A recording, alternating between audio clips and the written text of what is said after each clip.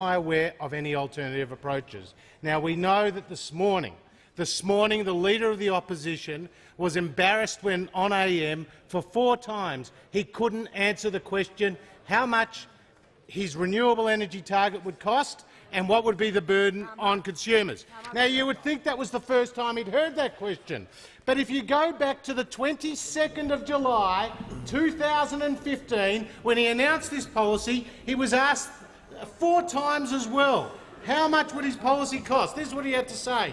How are you going to pay for this was the question. Well, the rest of the world's already moving on renewable energy. So the question came, but sure, Mr Shorten, how are you going to pay for it? I hear your question, but I'm just going to go to the issue which is to the heart of it, Mr Speaker. Then he was asked again, but you complained about a carbon price. They said it was going to put up costs. What about your policy? Oh, well, it won't do that at all, Mr Speaker.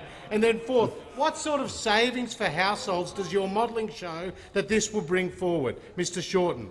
Well, we think it's important that a political party is upfront with the Australian people. Now, Mr Speaker, that was the policy. But of course, not everyone in the opposition got the memo.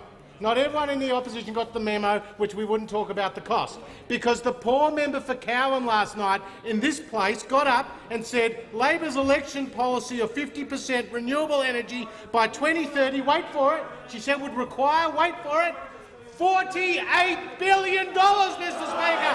$48 billion! She's bailed the cat. She's bailed the cat. She said what the Leader of the Opposition was not prepared to say. She's told the truth.